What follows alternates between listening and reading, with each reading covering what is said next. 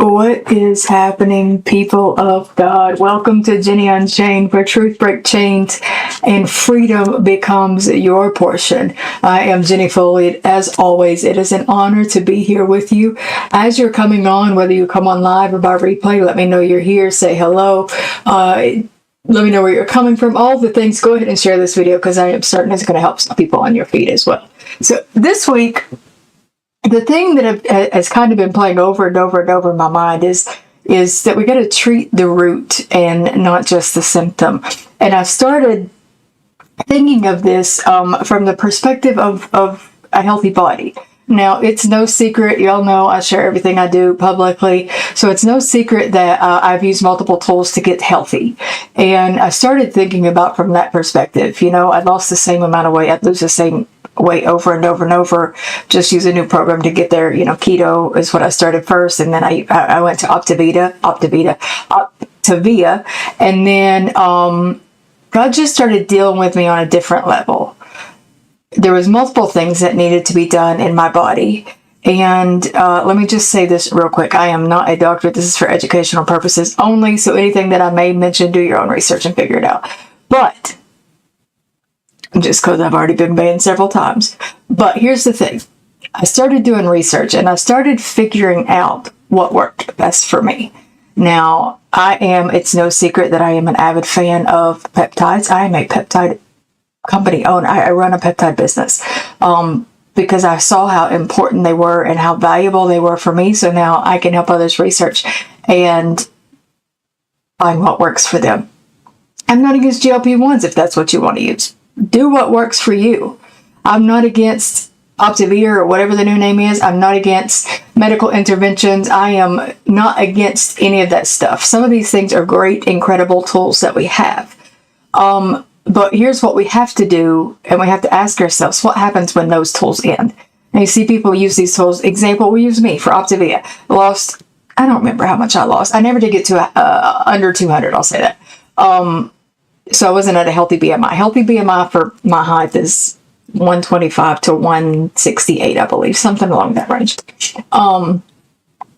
So I never could get to a healthy BMI, but I'd lose weight, and I wouldn't sit on the morbidly obese side anymore. But I'd stop those programs and I'd gain the weight right back. Why? Because I wasn't dealing with the internal issues. Now, I do believe that sometimes weight gain is because of medical issues. I had PCOS. I actually cured myself from PCOS. I did that by doing parasite cleanses. Those are a legitimate, real thing. So I recommend that if you want to reach out, you can reach out, but you can do your own research, whatever. I actually have a program now where I take people through the process that I followed and just help them get to where they're going by giving them the tools that I found for myself. But I had to get rid of the parasites that were internally causing me to have health issues, causing me to crave sugar, causing this, causing that. I remember the day that the parasite tree that was linked to my PCOS came out, the symptoms disappeared after that. Everything's been grand, blah, blah. But sometimes we do have medical issues that cause us to gain weight. Sometimes it's because we have unhealthy food relationships. Sometimes it's because we have addictions, we have gluttony, whatever it may be. And you see this a lot with people that come out of addiction. They'll gain weight. And that's because they haven't truly dealt with the root of addiction. They just went from an unhealthy, illegal addiction to an addiction that's legal. And you see it a lot of times with people, they'll use these methods. If you need weight loss surgery, whatever it is, use the methods to help yourself get healthy. But you also have to deal with the root that caused you to get there. Jesus never managed symptoms. He addressed the source. And that's what we're going to talk about today. Jesus always addressed the heart first. You can look at Matthew 15, 18 through 20. The things that come out from the mouth come from the heart. The Pharisees focused on outward behavior. Jesus redirected them to an inward condition. The same principle applies today. Food isn't always the issue. Food is the coping mechanism. Why do we always want something sweet? Why do we reach for this? Why do we reach for that? Why do we have to have a sugary soda or a sugary energy drink as soon as we wake up in the mornings? Why do we have to have these things? Why do we have to have it? What are sometimes the overeating is symptoms of rejection. It's symptoms of abandonment. It's symptoms of loneliness. They can be symptoms of shame, self-hatred, and trauma. You hate yourself so much, you're just going to keep eating until you gain weight. And if all we do is suppress the appetite without addressing the pain that's driving that behavior, we've treated the symptom, but we've absolutely left the wound untouched. You hear me? So we got to go for what it is that causes us to continually gain weight, but even after, like we go to a program, we get healthy, we stop the program, we gain the weight back. We eat, keto, we lose weight. We stop keto, we gain the weight back. Now, I think there is a healthy fluctuation, and I give myself 10 pounds to fluctuate back and forth, but anything outside of that is a whole problem. Now, I have been able to heal my body so that I even know what foods are good, like what foods affect me and what foods don't. I know what foods drive my blood sugar up. So they'll drive, I watch them, I got I think it's called a Stello maybe. It's an over-the-counter continuous glucose monitor for those that don't have diabetes or whatever. You can get it and you can monitor what your blood sugar does. And I watched mine, certain foods I could eat and it would drive my blood sugar sky high. My blood sugar would go sky high and then it would bottom all the way out, like under 60 bottom out. And so I learned those foods are not for Jenny Foley. And I don't care how much I love them. Let me give you an example. Fruity Pebbles is one of them. Fruity Pebbles is my favorite cereal. Cocoa Pebbles, those things.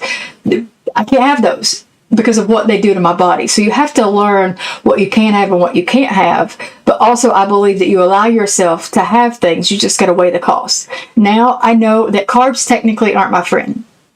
We need them in moderation. I don't run a super low carb diet. I think my carb goal is maybe 90 something per day. So I still have plenty of carbs. But anything over that, I'm going to start gaining weight. I'm going to start feeling sluggish. I'm going to start feeling bad. So I don't do it. Now, that wasn't the purpose of this whole talk, was to tell you about what works for me and what doesn't. I'm just using that as an example. You got to understand that transformation begins with the mind. What does Romans 12:2 tell us? Be transformed by the renewing of the mind. Paul didn't say be transformed by changing your habits.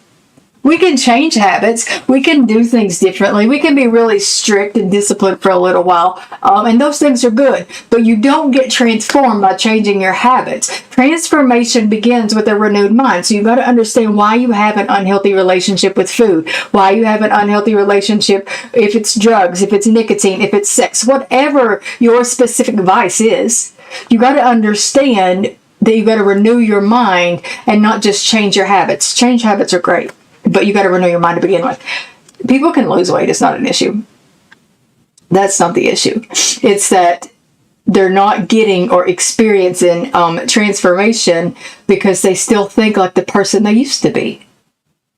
A person can lose 100 pounds and still look at themselves and think, I'm the fat kid. Coke Zero, it's the frequency of heaven. When I was healing, I did remove all soda from my diet, just so you know. But now that I'm healed, I can have it in moderation. Anyhow, you can lose 100 pounds. You can be healthy and still think I'm fat. Listen, body dysphoria, is that what it is? Is such a thing. It's hard for me to go in stores and remember that I'm no longer in the plus size or no longer need extra large or even a large. At this point, I need a small or a medium. So getting to that point to where you realize it's a whole thing. You can look at yourself in the mirror. I can, say I could look at myself in the mirror at me being the healthiest I've ever been in my entire 45 years on this earth and be like, I'm still fat. There's still parts of me that needs to change. That's because I haven't renewed my mind. My body changed. The identity didn't. Do you hear me? That's why many people will regain what they've lost and eventually still live out that identity that they still believe. You still think you're unworthy. You still think that you're fat. You still hear your parents telling you that you're overweight. Now, when I went through the process and understood why I had an unhealthy relationship with food, it went all the way back to childhood. And so I had to deal with that root that entered me because I was a chunky kid. I got tall. I started playing sports. I thinned out. But as a child, I was chunky monkey. So I had issues. I had issues because of that. Let's look at King David. King David asked God to change the source. Think about that. Psalms 51:10. David said, create in me a clean heart. He didn't ask God to fix his behavior. He didn't ask God to recreate his heart. He understood what we often forget. Behavior follows beliefs. Fruits follow roots. So if God changes the heart, the behavior will naturally begin to change with it. So we have to allow God to deal with our heart. We have to renew our mind. We have to do all the things to get to the place to where, whatever methods we're taking to get us healthy, our methods are just a tool. They're just a vehicle to get you to a healthy place. And then you have things in place to help you maintain them. We don't allow food to become a dependence. We don't get, lazy all the time and don't want to eat healthy. Life gets busy. Life gets chaotic. You got to learn what foods are for you at a fast food restaurant and what foods are not. If I'm having to eat fast food, I'm going to go somewhere that I can just get some decent hamburger patties, and that's it. I don't want fries. I don't want a bun. Right now I don't even want lettuce. In certain things you just don't want, because they're not healthy for you. But again, Jenny is Jenny. Jenny's body functions the way Jenny's body functions. You may not have an issue with a hamburger bun. For me, I know it's not in my best interest. Do I enjoy one occasionally? Yes, I do. But I do not allow them to become a regular thing. You got to know what works for you. You got to take the steps. Now, when I was coming out of I was pushing 300 pounds again and coming into a healthy place with God, I did the carnivore diet for 9 months straight. I did parasite cleansing for 9 months straight. I didn't eat anything but meat, eggs, and cheese for 9 months. I drank water. That was it. Not even coffee.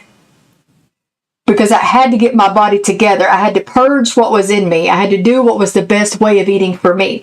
And I tell my clients all the time, what I did was best for me.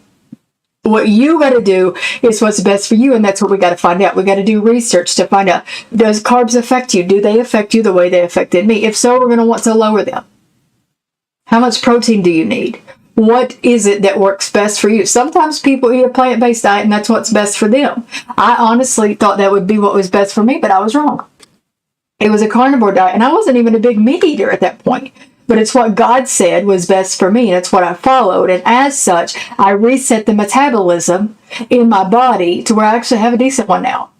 You know what I'm saying? Anyhow, it's been around me at all in the last, since March. There's one passage of scripture, one chapter in the Bible that I am constantly in. I would say day in and day out, but that's a lie because I'm not in there day in and day out. But I'm in there a lot because this particular book of the Bible has captivated my attention. It speaks to me on 4711 million different ways. And that's Mark chapter 5.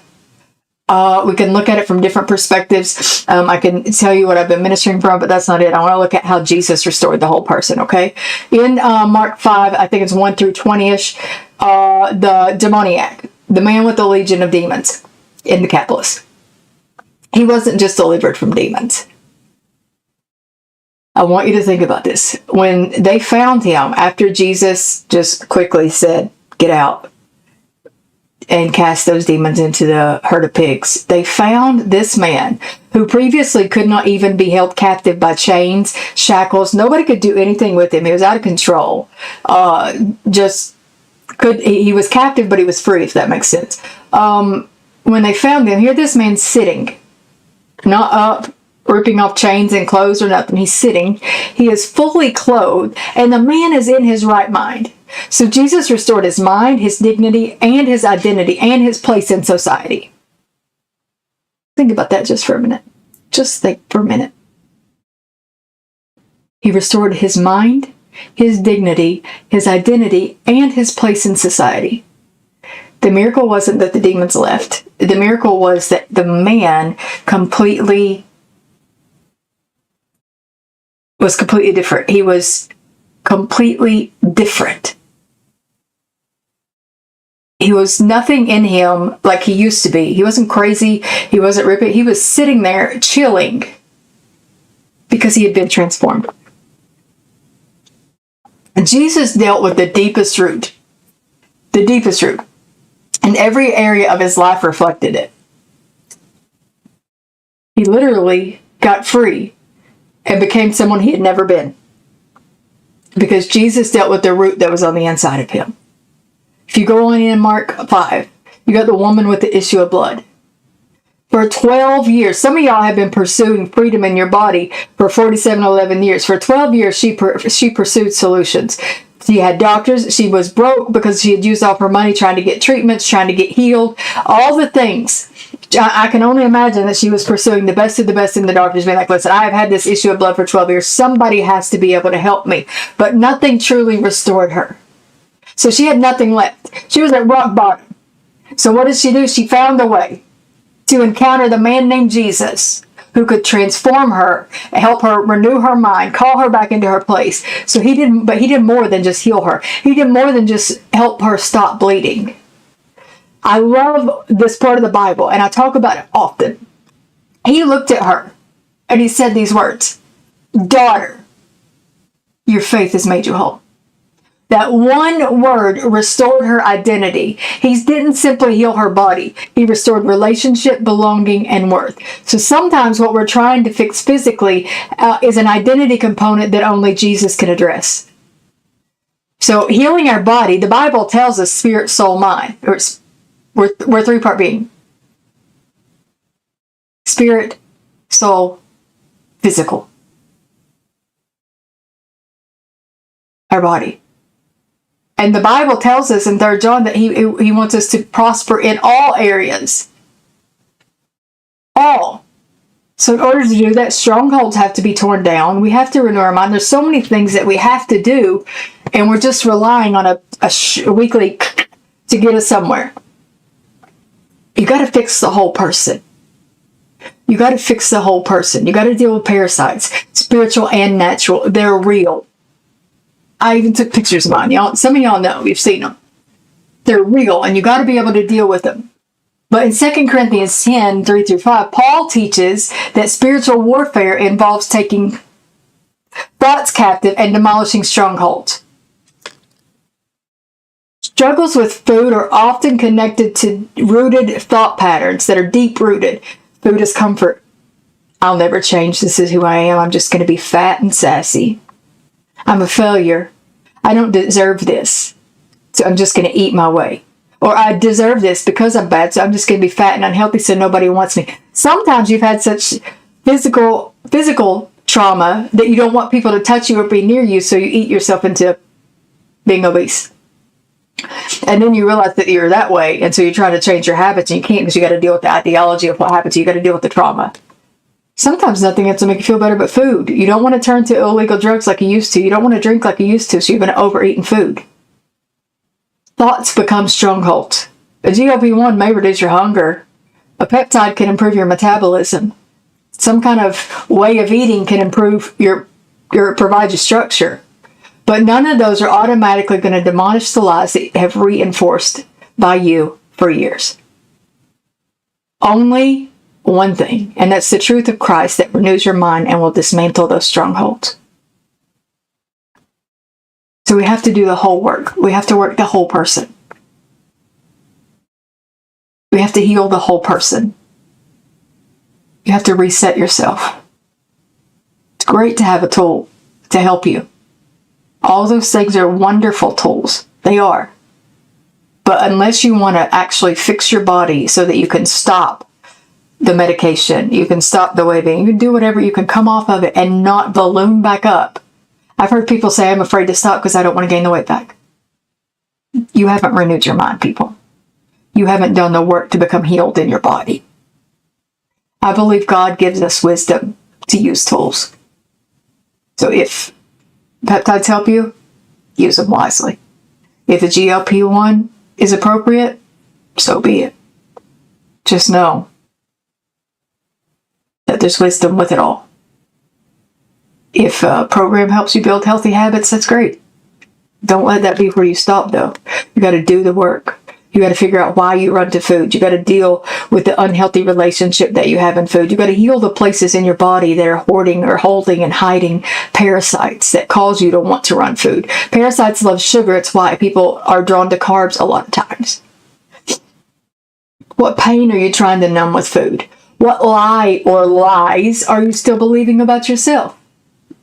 Have I just changed my body, or has God transformed my heart? Because Jesus didn't come simply for us to be skinny. Jesus came to make us whole.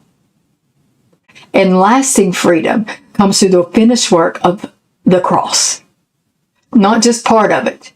The finished work of the cross, where healing reaches not just the body, but your heart, your mind, and identity. You're restored as a whole person. So if you're struggling in any of those areas and you need help, you may be addicted to a GLP-1 at this point. I don't know. It's easy to get there. Renew your mind. Father, I just ask that you give your people the ability, one, to find what mechanism works for them to get healthy, but two, to help them in the process to know that they've got to find their true identity. They need to restore their mind. They need to renew their mind, and they need to break up with the unhealthy relationships that they have with food. In the name of Jesus, amen. If you need help with these things by any means, feel free to reach out. I have programs I can refer you to. I have different things I can help you with, blah, blah, blah. What works for me may not work for you, but I can point